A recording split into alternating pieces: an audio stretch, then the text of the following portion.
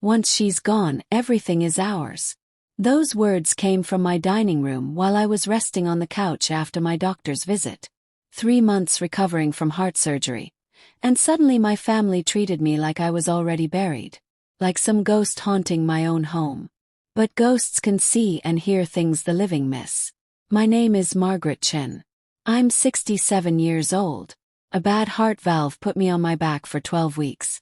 What it showed me about my son Daniel and his wife Rebecca would last the rest of my life. They stood in my dining room counting chickens that weren't hatched. My savings account with $1.9 million. My lake house worth $780,000. The antique shop I'd built over 40 years. Everything laid out like presents under a tree. They whispered about my failing health like it was their birthday. About making choices for my safety. About decisions I was too sick to handle anymore. If you're watching this, please subscribe and tell me what city you're from. Let me share how 40 years selling treasures taught me exactly how to hide them. March 22, 2024. 9:15 in the morning. That's when my Toyota Camry got hit by someone texting at a stoplight on Riverside Drive. The other car barely had a dent. Mine was crushed on the driver's side. I walked away but something inside broke. The doctors found it during the emergency checkup. Bad heart valve. Needed surgery right away or I might not see summer. The operation cost $67,000. Insurance covered most of it. But the real price wasn't money. It was watching my own child wait for me to die. The first 2 weeks after surgery, Daniel and Rebecca were angels. They brought soup. They picked up prescriptions. Rebecca even planted flowers in my garden. But around week 3 something changed. Little comments here and there. Secret looks between them. "Mom, we should talk about backup plans," Daniel said one Tuesday morning. He was holding my mail like it belonged to him. "This house is too big for one person. Your store needs someone there every day."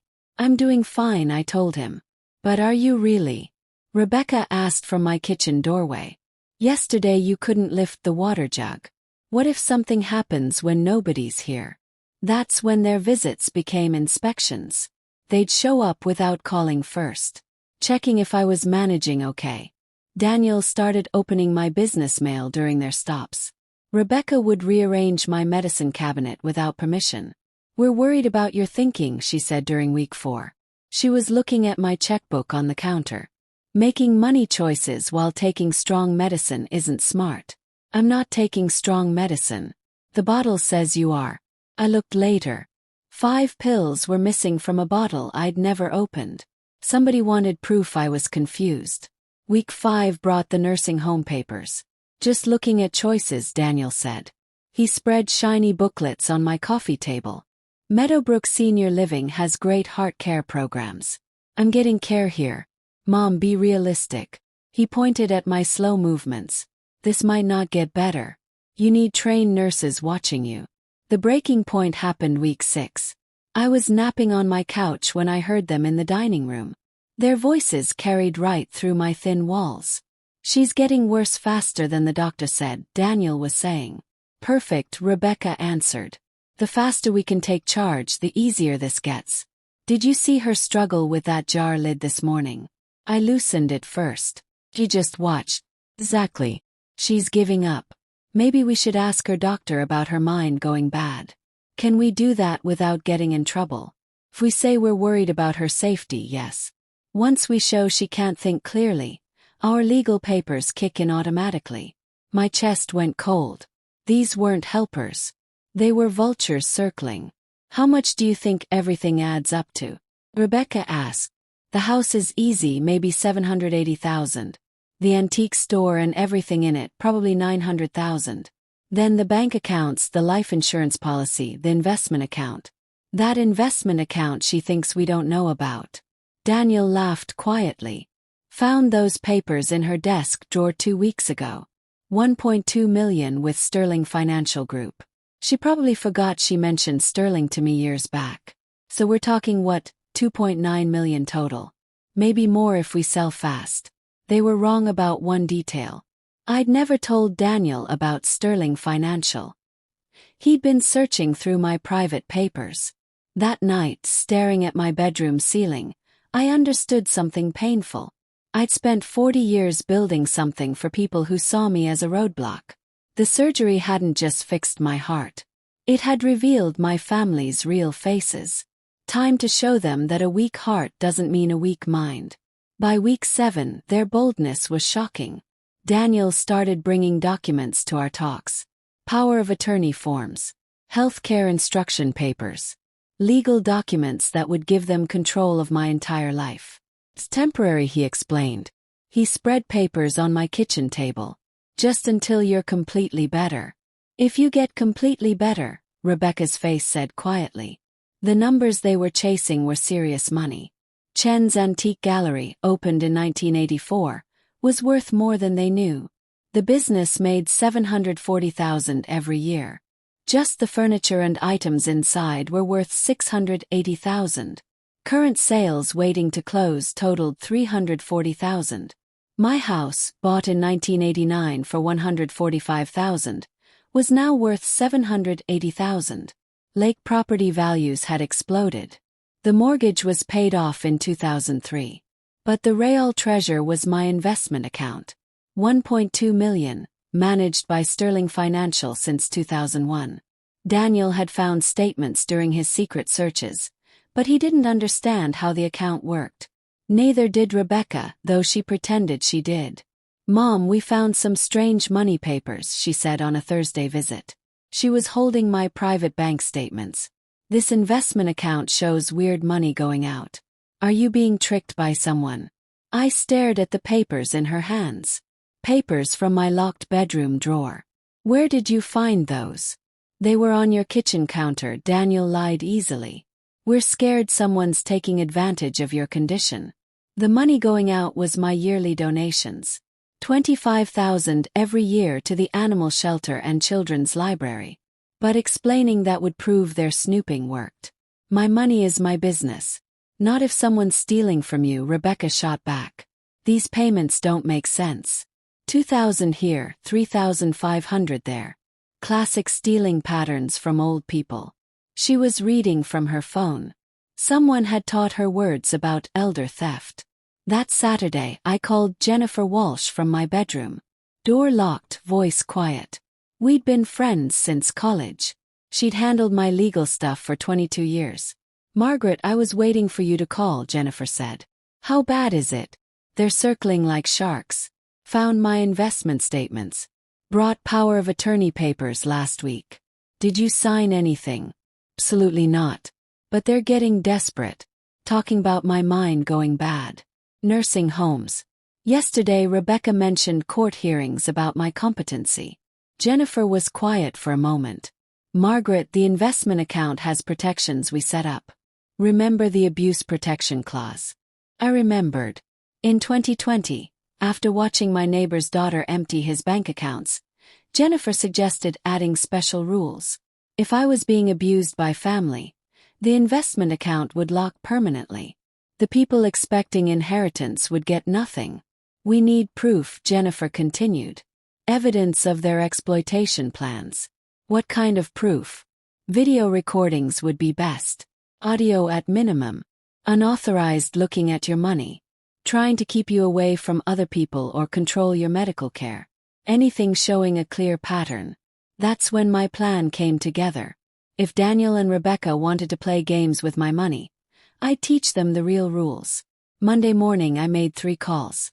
First to Thomas Rivera, a former police detective who ran a private investigation company. We'd worked together when his mother bought antiques from my store. His company installed hidden cameras.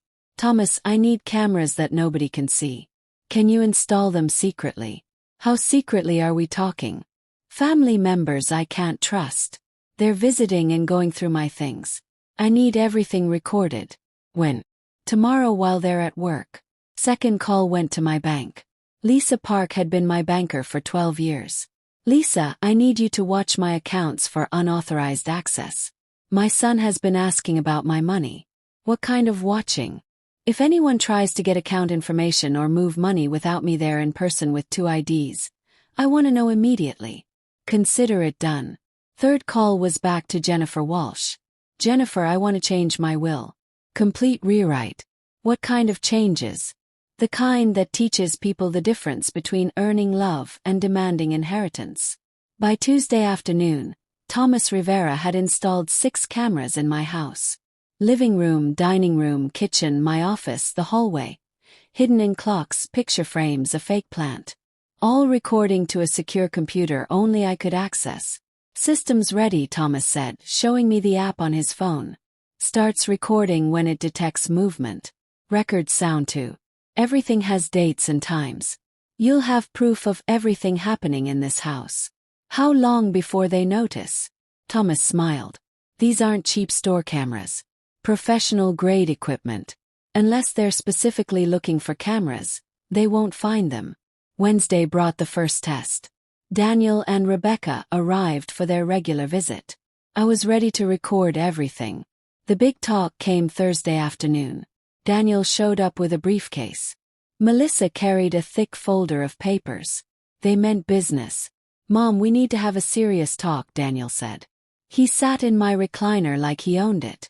Some important decisions can't wait anymore. I stayed on my couch by the window. The camera in the bookshelf could see all 3 of us perfectly. Recording movement, capturing sound, saving everything. What decisions? Rebecca spread papers on my coffee table. Power of attorney documents. Healthcare instruction papers. Financial permission forms. We talked to several lawyers. Given your heart condition, my condition is temporary. Is it really? Daniel leaned forward. Mom, you've been recovering for 7 weeks. The doctor said 6 weeks maximum. You're not getting better. Who told you that? We called Dr. Peterson's office yesterday, Rebecca said smoothly. Asked about your recovery progress. Another lie. Privacy laws stopped medical offices from sharing information without my permission. But they didn't know I knew that. The point is, Daniel continued, you need help making important choices. The store is having problems. Bills aren't getting paid. Yesterday, Mr. Thompson from the accounting office called about overdue invoices. Which invoices? The Martinez estate sale. $47,000 due last Friday. I knew the Martinez sale perfectly. Payment wasn't due until next month. Mr. Thompson didn't work in accounting either. That was Susan Lee's job. Daniel was testing if I knew my own business. Martinez payment isn't due until next month. Are you certain? Rebecca pulled out her phone. Because this email says otherwise. From who? He paused. Susan Lee. Susan Lee doesn't send collection emails. She calls me directly. Daniel's face got tight. He'd been caught lying and we all knew it. Mom, the details aren't important, he said, changing direction. What matters is you're having trouble managing basic responsibilities. Yesterday you couldn't open that pickle jar. You opened it for me. 'Cause you asked me to. 'Cause you jumped up before I could try. That's not how I remember it. The conversation was becoming crazy. They were rewriting reality right in front of me. Trying to make me believe I was more helpless than I actually was. Look, Rebecca interrupted. We're not trying to steal your life. We're trying to help you keep your dignity while accepting you have limits. By signing these papers. By letting people who love you handle things you can't handle alone. I picked up the power of attorney paper. Normal legal words, but giving them huge control. Financial choices, medical decisions, property management, everything. This gives you control of my bank accounts. Temporarily, Daniel said. My business. Until you recover. My house. If needed. I put the papers down carefully. What if I don't want to sign? The silence felt uncomfortable. Daniel and Rebecca looked at each other. Mom, Daniel finally said, we really hope it doesn't come to that. Come to what? Legal action. If family can't help, sometimes the court system has to step in. There it was. The threat hidden under the concern. Sign voluntarily or they'd force it through court. You take me to court. We'd ask for legal guardianship if necessary, Rebecca said quietly. For your own protection. Protection from what? Bad judgment. Financial exploitation. Medical neglect. Who's exploiting me? We don't know yet. But these regular investment account withdrawals suggest someone's taking advantage. I almost laughed. The donations they'd discovered weren't exploitation. They were proof of my clear thinking. But explaining that would give them weapons against my competency. I need time to think. How much time? Daniel asked. 1 week. Mom, decisions can't wait forever. Every day you delay, problems get worse. 1 week. Melissa leaned closer. Margaret, can I be honest? We're trying to help you stay independent within realistic limits. But if you won't accept help voluntarily, other options exist. We'll do what's necessary. After they left, I sat alone in my living room, looking at the papers they'd forgotten to take. Power of attorney forms already signed by witnesses. Healthcare papers already notarized. They'd come prepared to leave with my signature one way or another. But they'd also left me something valuable. 6 cameras worth of evidence showing their real plan. Threats disguised as concern. Lies presented as facts. Pressure wrapped in family love. I called Jennifer Walsh that evening. Jennifer, they just threatened guardianship court. Based on what? Bad judgment, medical neglect, financial problems. The donations. They think someone's scamming me. Jennifer was quiet for a moment. Margaret, guardianship court requires evidence of incapacity. Medical testimony, financial records, witness statements. What medical evidence do they have? They claim they called my doctor. Did they? Unlikely. Privacy violations. What financial evidence? Investment statements they stole from my bedroom. Stolen documents aren't admissible in court. What about witnesses? Who would testify you're incompetent? Thought about it. My physical therapist saw me twice a week. Dr. Peterson knew my progress better than anyone. My accountant, my banker, my store clients. None had reported concerns about my thinking. They don't have witnesses, I realized. They have threats, Jennifer corrected. But threats aren't evidence. What do I do? Document everything. Keep recording. And Margaret, don't sign anything until we can respond properly. That night, I watched the camera footage from their visit. Perfect audio and video. Daniel's threats about court action. Rebecca's admission they were ready to pursue legal measures. They wanted to play rough. Time to show them what 40 years of business negotiations had taught me about power. Friday morning brought Thomas Rivera back to my house for additional equipment. While Daniel and Rebecca thought they were wearing me down, I was building the strongest case possible. How's the system working? Thomas asked, checking camera angles on his tablet. Perfectly. Got everything from yesterday's talk. Clear sound quality. Crystal clear. They threatened guardianship court if I don't sign power of attorney papers. Thomas's face got serious. He'd served in the army before starting his investigation business. Family exploitation hit close to home after his aunt got cheated by her own children. Margaret, I want to add 2 more cameras. 1 in your bedroom, 1 in the garage. If they're going through your personal papers, we need documentation. They already searched my bedroom. Found bank statements. Investment account papers. When? Last week sometime. Had to be when I was at my store. We can catch them next time. I'm also installing motion alarms on your filing cabinet and bedroom drawers. If anyone opens them, you'll get an alert on your phone immediately. While Thomas worked, I called Sandra Martinez at Adult Protective Services.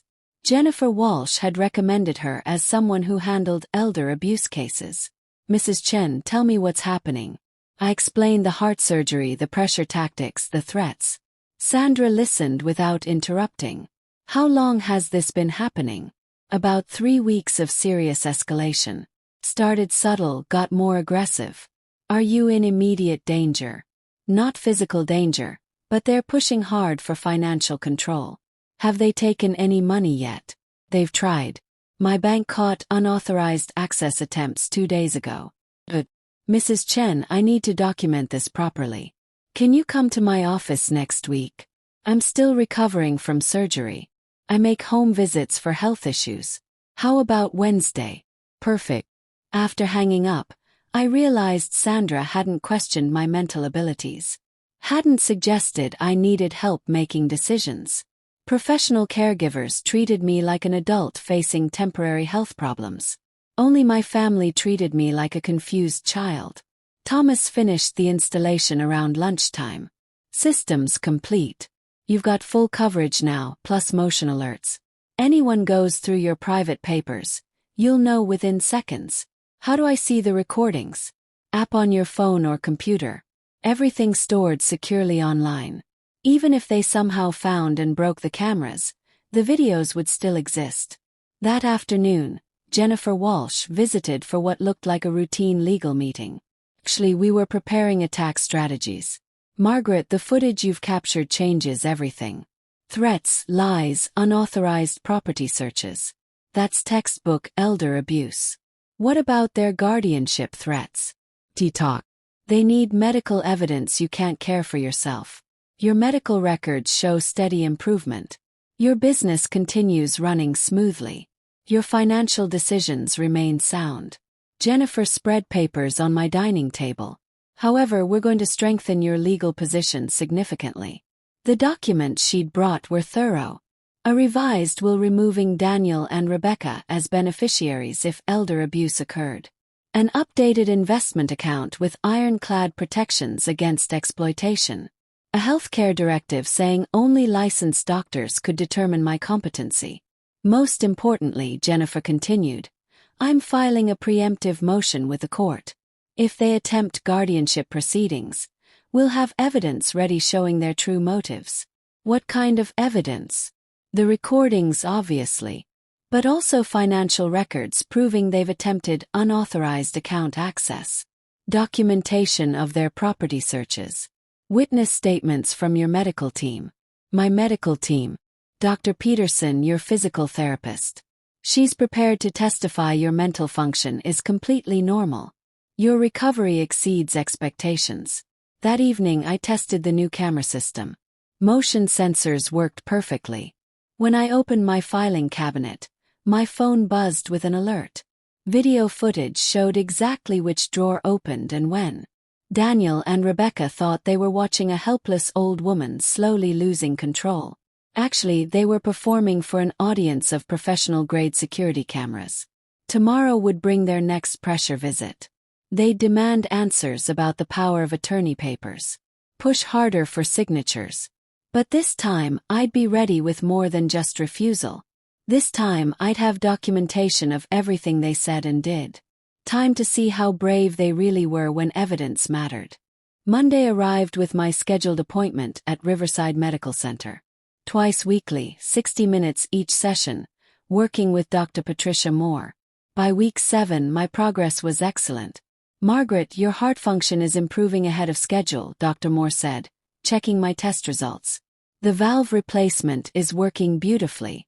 Strength tests show 75% normal capacity. When can I return to normal activities? Honestly, you could probably manage light work at your store now.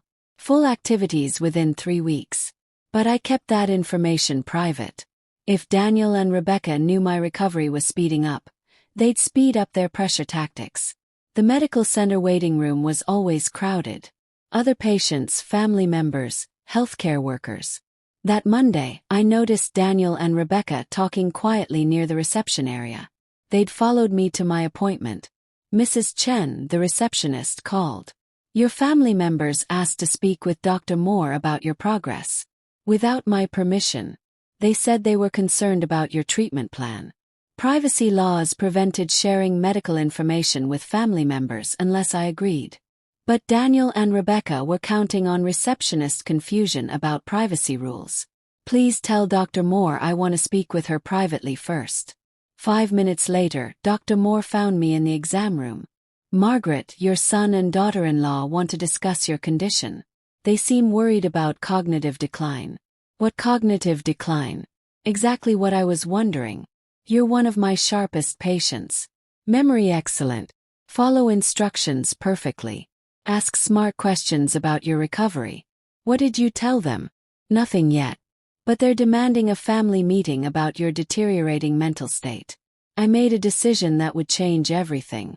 Schedule the meeting today. In the group education room. Are you sure?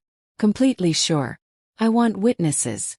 An hour later we met in the large education room. Daniel and Rebecca sat across from me. Dr. Moore at the end of the table. 3 other patients were reading magazines nearby. 2 nurses were working at computers. Everyone could hear our conversation. "Thank you for meeting with us, Dr. Moore," Rebecca began. "We're deeply concerned about Margaret's cognitive decline since her surgery." Dr. Moore looked puzzled. "What cognitive decline?" "She's been making poor decisions. Financial problems. Yesterday she couldn't remember basic details about her business." I stayed quiet, letting them dig deeper holes. "Can you give me specific examples?" Dr. Moore asked. Daniel leaned forward. "She forgot when the Martinez payment was due. Couldn't remember which employee handles accounting. Simple things she's known for decades." "Issy. Margaret, do you remember those conversations?" "I remember them lying about both facts," I said quietly. "Martinez payment isn't due until next month. Susan Lee handles accounting, not Mr. Thompson." "He's confused," Rebecca jumped in. "We showed him the paperwork." "Fake paperwork," I corrected. "There is no Mr. Thompson in my accounting department." The room went very quiet. Other patients stopped reading to listen. Dr. Moore's expression hardened. "Are you suggesting his family members are providing false information about her condition?" "I'm suggesting they want me declared incompetent to access my money." "That's ridiculous," Daniel said. But his voice shook slightly. "Is it?" I pulled out my phone and opened the recording app. "Because I have 7 weeks of conversations where you've discussed my death like it's something to celebrate." Rebecca's face went pale. "Margaret, you're being paranoid." "Am I? Last Wednesday you said my deterioration was happening faster than expected. Quote perfect. The faster we can take charge, the easier this gets." "I never said that. I have it recorded." The education room fell completely silent. Even the nurses had stopped working to listen. Dr. Moore's voice was ice cold. "Mrs. Chen, are you claiming elder abuse?" "I'm claiming attempted elder abuse. They want financial power of attorney based on false claims of incompetency." "These are serious accusations," she said, looking directly at Daniel and Rebecca. "They're false accusations," Daniel shot back. "Mom's been paranoid since the surgery. Making wild claims. Hiding from family. Refusing help." "What kind of help?" Dr. Moore asked. "Practical assistance. Financial management. Medical decisions." "She doesn't need help with medical decisions. Her cognitive function is perfect." "You're not qualified to make that determination," Rebecca said defensively. Dr. Moore's credentials hung on the wall behind her. Doctorate in cardiology. Board-certified geriatric specialist. 18 years experience with elderly cardiac patients. "Actually, I'm extremely qualified. And I'm seeing no evidence of cognitive decline whatsoever." "Because you don't see her daily," Daniel argued. "You don't see the confusion, the memory problems, the poor judgment." "What poor judgment specifically?" "Financial decisions. She's been making strange withdrawals from accounts. Possibly being scammed by criminals." "Those withdrawals are charitable donations I've made quarterly for 8 years," I said calmly. 25,000 annually to the animal shelter and children's library. Completely documented. The other patients were now openly staring. One elderly man with a cane had moved closer to hear better. Dr. Moore stood up. "I think this meeting is over. Mrs. Chen, your cognitive function is completely normal.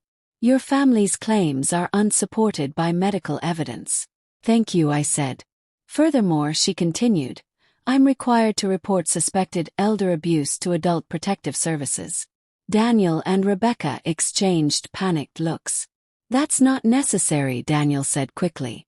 "This was just a misunderstanding." "Was it?" "Because from where I sit, it looks like family members making false medical claims to justify financial exploitation." "We're trying to help her," Rebecca protested.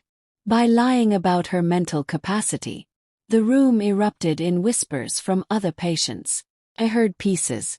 "Terrible people. Poor woman. How shameful." "Dr. Moore," I said, "could you document today's conversation in my medical records?" "Absolutely. Every word." Daniel stood suddenly. We're leaving. This is inappropriate. Yes, Dr. Moore agreed. It is. As they rushed toward the exit, the elderly man with a cane blocked their path.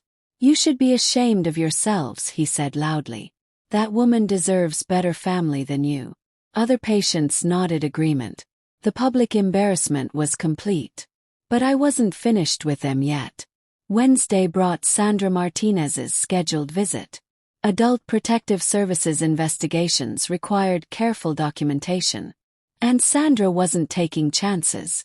Mrs. Chen, before we begin, I want you to know everything we discuss is confidential unless there's immediate danger, Sandra said, sitting in my living room. Tell me about your family situation. I explained 7 weeks of increasing pressure, threats, manipulation.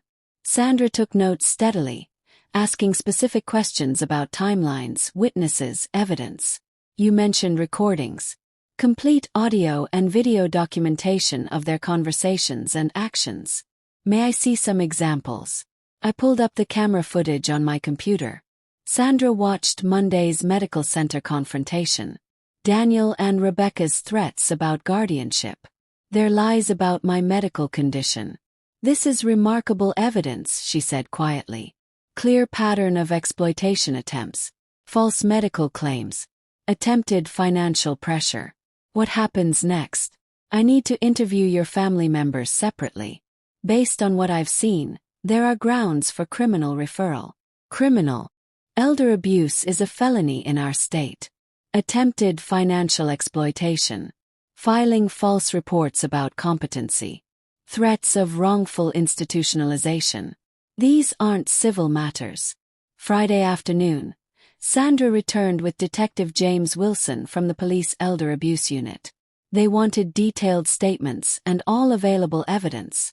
Mrs. Chen, Detective Wilson began, we're treating this as potential criminal elder abuse. That means anything you tell us could be used in prosecution. Understand. For 2 hours we reviewed camera footage in order. The conversation where Daniel and Rebecca discuss my death like Inheritance Day. Their searches through my private papers. The fake documents about my business. The medical center lies. This is one of the clearest cases I've seen, Detective Wilson said. Usually elder abuse is hard to prove because it happens behind closed doors. You've documented everything. What charges are we looking at? Attempted exploitation of a vulnerable adult. Conspiracy to commit fraud. Potentially identity theft if they've tried accessing accounts. Each carries 3 to 7 years in prison. That evening, Jennifer Walsh arrived with final legal documents. The revised will was ready for signature. The updated investment account included ironclad elder abuse protections. Most importantly, we'd prepared a complete disinheritance of both Daniel and Rebecca. Margaret, once you sign these, they lose all inheritance rights permanently. Even if you die tomorrow, they get nothing. What about the business? Transfers to a charitable foundation supporting women entrepreneurs. The house goes to the animal shelter. All liquid assets support the children's library. And if I recover completely, then you maintain control of everything while alive. With new protections preventing future exploitation attempts. I signed everything Saturday morning. Sunday brought the confrontation I'd been expecting for weeks. Daniel and Rebecca arrived demanding answers about the medical center embarrassment and Sandra Martinez's visit. Mom, we need to talk about this protective services investigation, Daniel said, barely controlling his anger. You're embarrassing the family with false accusations. Which accusations are false? All of them. We've been trying to help you and you're repaying that care with lies. Is it lies if it's recorded? Rebecca leaned forward aggressively. Margaret, this paranoid behavior proves you need psychological evaluation. Normal people don't secretly record family members. Normal family members don't search through private papers and threaten guardianship. We never threatened anything, Daniel lied. I pulled out my computer and played Friday's medical center footage. Their own voices filled the room. Legal action. If family can't help, sometimes the court system has to step in. That's taken out of context, Rebecca protested. What context makes threatening guardianship acceptable? We were explaining options if you continued refusing reasonable help. Help with what? I'm managing my finances perfectly. My business is running smoothly. My medical recovery is ahead of schedule. Says who? Dr. Moore, Detective Wilson, Sandra Martinez. Everyone except you two. Daniel's face turned red. Detective Wilson. Why are police involved? Because elder abuse is a crime. There's no elder abuse happening here. Played more footage. Their conversation about my deteriorating faster than expected. Rebecca calling my condition perfect because it speeded up their control timeline. This is entrapment, she said desperately. This is evidence, I corrected. 7 weeks of documented exploitation attempts. We're your family, Daniel shouted. Everything we did was for your benefit. Whose benefit? Because on Wednesday you told Rebecca the investment account was worth $1.2 million. Yesterday you told Detective Wilson you didn't know about any investment account. He went pale. I never said that. I played the recording from week 6. Found those papers in her bedroom drawer 2 weeks ago. $1.2 million with Sterling Financial Group. You've been secretly recording us for weeks, Rebecca accused. I've been protecting myself for weeks. From what? From this. I gestured at their panicked faces. From family members who see my surgery as their opportunity. Daniel tried a different approach. Mom, we can work this out. Family disputes don't need lawyers and police. We made mistakes. Said things in frustration. But our hearts were in the right place. Where exactly is the right place for discussing my death like your lottery win? We never did that. I played their dining room conversation. Once she's gone, everything is ours. $2.9 million conservative estimate. The silence lasted a full minute. Margaret, Rebecca finally said. What do you want from us? Nothing. Absolutely nothing. We're still family. Family doesn't steal from each other. We never stole anything. You tried. The attempted bank withdrawals last week. 15,000 in unauthorized access attempts. Daniel's mouth fell open. How did you know about that? My bank flagged them immediately. Everything's documented. Jennifer Walsh chose that moment to arrive. Carrying a thick legal folder. Gentlemen, ladies, she said formally. I'm here to deliver official legal notification. She handed both Daniel and Rebecca identical envelopes. What is this? Daniel asked, tearing his open. Complete disinheritance from Margaret Chen's estate. Jennifer announced. Effective immediately. Both of you have been permanently removed as beneficiaries from her will, investment account, business assets, and property holdings. Rebecca stared at her papers in shock. She can't do this. Actually, she can and has. The documentation is comprehensive and legally binding. On what grounds? Attempted elder abuse, financial exploitation, fraudulent medical claims, threats of wrongful institutionalization. We'll fight this in court, Daniel said desperately. With what evidence? Everything you've done for 7 weeks has been recorded. Audio, video, timestamps, witnesses. You don't have a case. What about the business? I've worked there for 10 years. The business transfers to a charitable foundation upon Margaret's death. Your employment is terminated effective immediately. You can't fire me. I'm family. You stopped being family when you started counting my money while I was still healing, I said quietly. Detective Wilson arrived as Daniel and Rebecca were leaving. Perfect timing. Mr. and Mrs. Stevens, you're under arrest for attempted exploitation of a vulnerable adult. The handcuffs were the final touch on 7 weeks of documented evidence. Justice served with quiet strength, exactly as planned. Monday morning brought my most important medical appointment yet. Dr. Moore had scheduled a complete evaluation to document my true recovery status. Today, the cameras would capture something even more powerful than their lies. My actual capabilities. Margaret, I want to test your real cardiac function today, Dr. Moore said as we entered the testing room. Full stress test. Let's see what you can actually do. The treadmill stretched in front of me.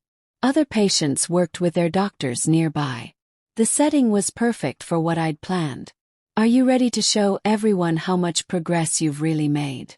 I nodded and stepped onto the treadmill. For 7 weeks, I'd let Daniel and Rebecca believe I was deteriorating. Time to reveal the truth. The test began slowly, walking pace, then slightly faster. My heart rate stayed steady.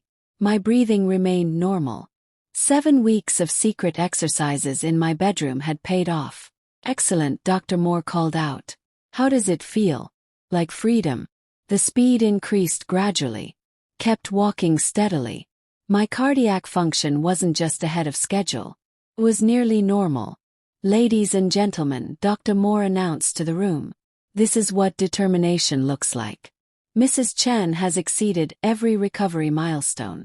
Applause came from patients and staff. The same elderly man who'd confronted Daniel and Rebecca last week was beaming. Ma'am, you've been holding back on us, he laughed. You could probably run a marathon if you wanted to. Maybe next month. But the real audience wasn't in the testing room. It was sitting in Detective Wilson's interview room across town. At that moment, Daniel and Rebecca were being questioned about their elder abuse charges. The timing was intentional. While they explained to police why they thought I was incompetent, I was showing complete cardiac recovery to medical professionals. Dr. Moore documented everything in my medical records. Patient demonstrates full cardiac function, excellent endurance, normal heart rhythm, complete cognitive clarity. Recovery exceeds all expectations and medical protocols. That afternoon, Sandra Martinez visited with her final report. Adult Protective Services had completed their investigation. Mrs. Chen, we're closing your case with a finding of substantiated elder abuse attempt, she said. Your family members engaged in clear exploitation efforts. What happens to them? Criminal charges proceed through the district attorney. We're recommending prosecution to the fullest extent. This case will serve as an example that elder abuse has serious consequences. What about their defense? What defense? They were caught on camera planning financial exploitation. Their own words condemn them. Friday brought the court hearing. Jennifer Walsh drove me to the courthouse, walking not using a cane. The symbolism wasn't lost on anyone. Margaret, are you prepared for this? Jennifer asked as we entered the building. I've been preparing for 7 weeks. The courtroom was packed. Daniel and Rebecca sat with their attorney looking desperate. Detective Wilson presented evidence carefully. Camera footage, audio recordings, witness statements from Dr. Moore and Sandra Martinez. Your Honor, the prosecutor began. This case represents classic elder abuse. The defendants systematically exploited the victim's temporary health vulnerability to attempt financial fraud. Daniel's attorney tried damage control.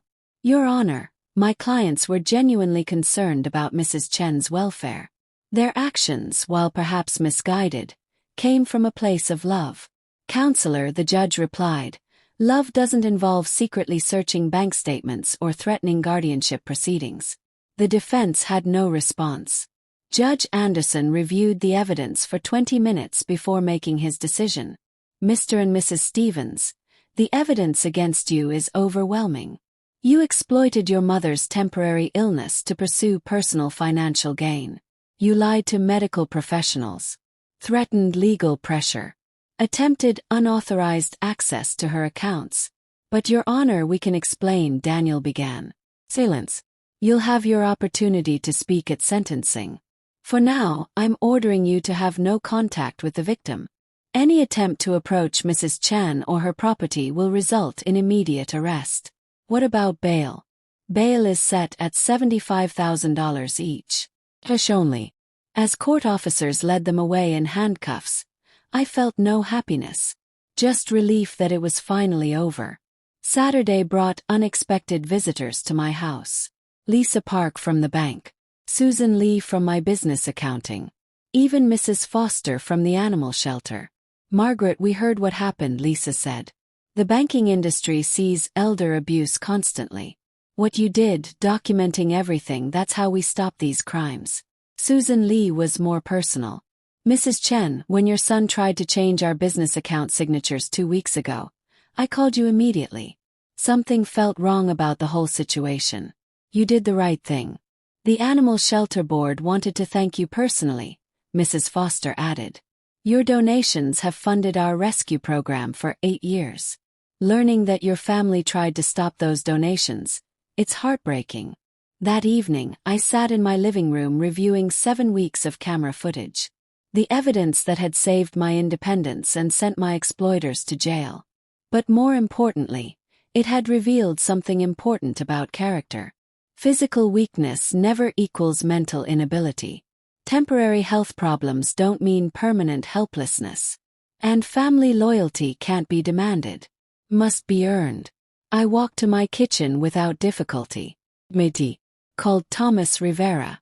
Thomas, you can remove the security cameras now. Are you sure? I'm sure. The threat is over.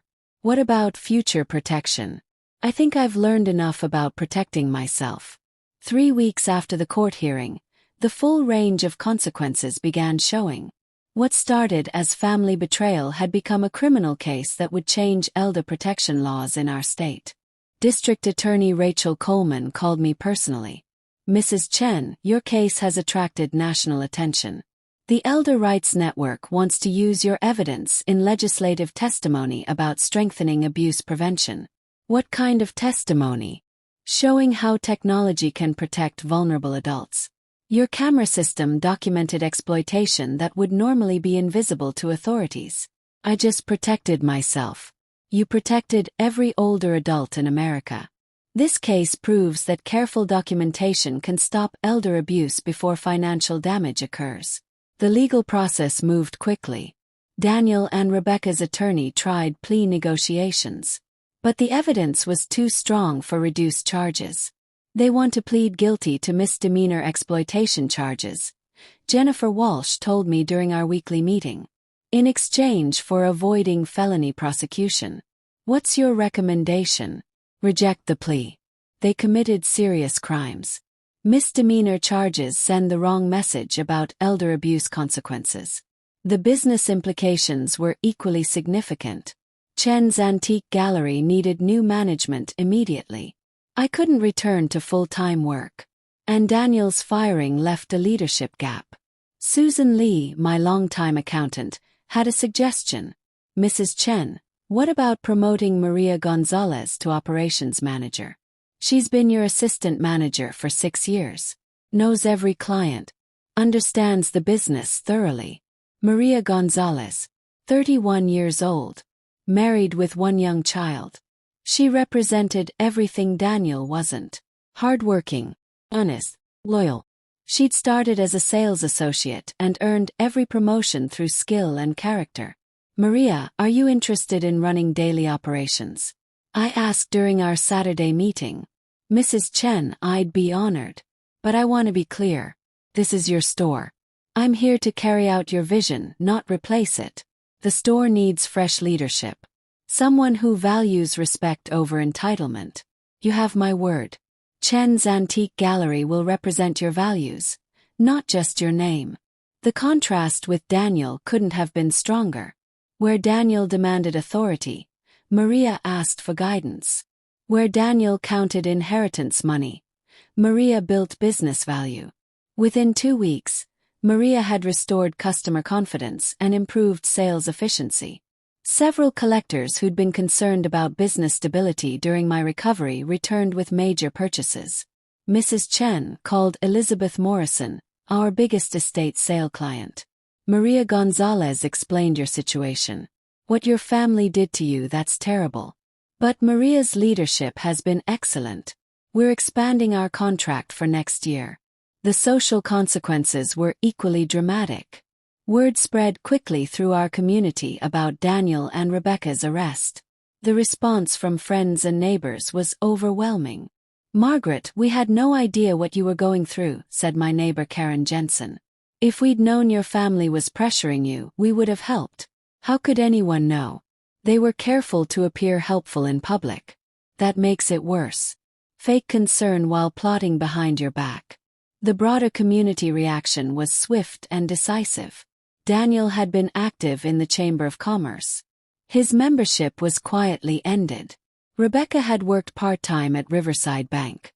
Her employment ended the day after her arrest.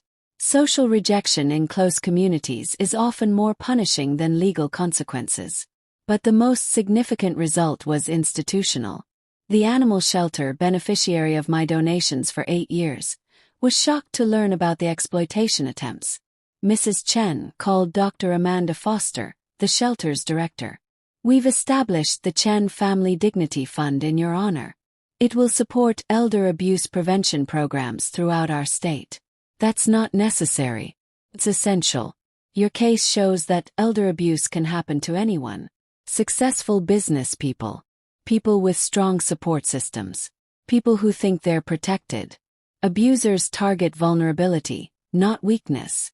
The fund would educate families about warning signs, provide legal help for victims, train healthcare workers in abuse recognition. More importantly, it would ensure my experience helped protect others facing similar exploitation." Detective Wilson provided updates on the criminal investigation's expansion. "Mrs. Chen, we've discovered additional evidence during the search warrant execution. Your son and daughter-in-law were planning more extensive fraud than we initially realized." "What kind of fraud?" "They'd researched nursing home costs, identified facilities that would accept direct insurance payments, planned to have you institutionalized while managing your estate. Even if I recovered, the plan was to prevent your recovery, keep you sedated, isolated from outside contact, gradually assume complete control." The chilling calculation in their scheme was breathtaking. They weren't just exploiting my temporary vulnerability. They were planning to make it permanent. "How long have they been planning this?" "Based on computer records, at least 8 months before your surgery. They were researching guardianship laws, elder care facilities, estate planning methods. My surgery hadn't created their greed. It had simply provided the opportunity they'd been waiting for." The trial date was set for May. Jennifer Walsh expected a quick conviction given the evidence quality. But Daniel and Rebecca's desperation was making them unpredictable. "Margaret, they're claiming you psychologically manipulated them into making incriminating statements," Jennifer warned. "Their new strategy is arguing you entrapped them." "With what?" "Secret mind control. They claim you deliberately appeared more helpless than you were to provoke their protective instincts, then recorded their responses without consent. Our state is a one-party consent state for recordings." "Exactly. Their defense has no legal foundation." The absurdity of their argument was almost laughable. They were claiming victimhood for being caught victimizing me. But it revealed something important about their character. Even facing overwhelming evidence, they couldn't accept responsibility for their choices. They'd rather portray themselves as victims of my clever planning than admit they'd exploited my genuine vulnerability. Some people learned from consequences. Others just looked for someone else to blame. As April ended, I reviewed everything that had happened since March. 4 months that had revealed the true character of everyone in my life. Family members who saw my surgery as their opportunity. Friends and neighbors who offered genuine support. Professionals who treated me with dignity despite my limitations. And most importantly, my own strength in the face of betrayal. The legal process would end soon. But the personal lessons would last forever. May brought the trial's end and my life's new beginning. After 5 months of legal proceedings, Daniel and Rebecca pleaded guilty to attempted elder abuse and fraud. They received 3 years in prison, 5 years probation, permanent restraining orders preventing any contact with me. Justice had been served. But that wasn't the end of my story. "Margaret, what are your plans now?" Dr. Moore asked during my final medical appointment. My recovery was complete. Better than complete. I was stronger than before the surgery. "I'm thinking about the future differently," I told her. 40 years building a business. I never thought about what happens when you can't work anymore. You seem to be working just fine. But Maria Gonzalez runs daily operations now. I've learned to delegate, trust other people's judgment, Focus on big picture decisions instead of controlling everything. The business was thriving under Maria's leadership. Sales were up 18% from the previous year. Customer satisfaction had improved significantly. Most importantly, the store culture reflected respect and dignity. Values Daniel had never understood. Mrs. Chen Maria had said last week, "I want to discuss profit sharing for all employees. If we're building something together, everyone should benefit from the success." That was exactly the kind of thinking that earned long-term respect. Jennifer Walsh helped restructure my estate planning completely. The new will reflected hard-learned lessons about family relationships and earned versus assumed loyalty. Margaret, you're leaving nearly $2 million to charitable organizations and employee retirement funds. Are you sure about disinheriting Daniel permanently? He made his choice. Actions have consequences. What if he changes? Shows genuine remorse. Jennifer, for 8 months he planned to institutionalize me for money. That's not a mistake. That's character. But I'd also learned about positive character. Dr. Moore's professional integrity. Sandra Martinez's dedication to protecting vulnerable adults.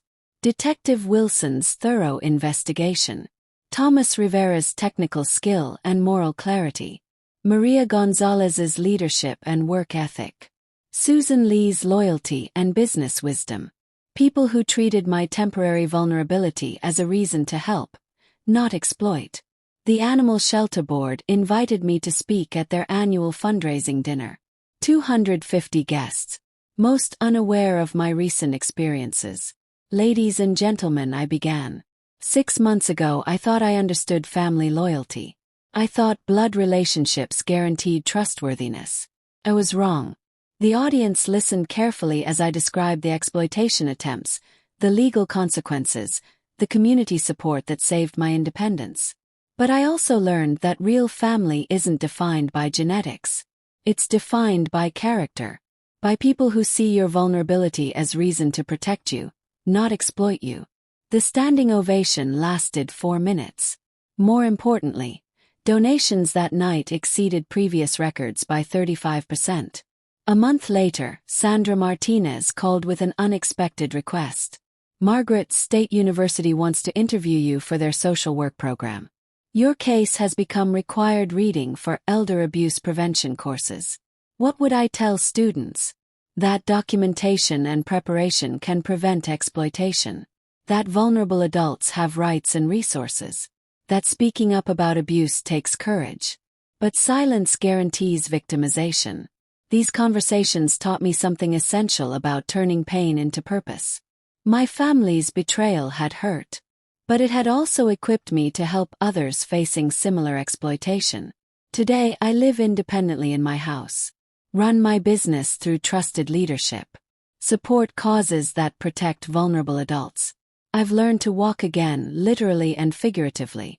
More importantly, I've learned the difference between family by birth and family by choice. The people who stood with me during my vulnerability, those are my real family now. Sometimes the hardest lessons teach us the most valuable truths about character, dignity, and the quiet power that comes from refusing to be victimized. If you're watching this because you're facing family exploitation, remember you're stronger than you think. Help is available. Documentation is your best protection. Your vulnerability doesn't make you helpless. It reveals who truly cares about your well-being. Stand up for yourself, even if you have to do it from a hospital bed. This story was written by me and narrated using a female AI voiceover. Thank you all for watching.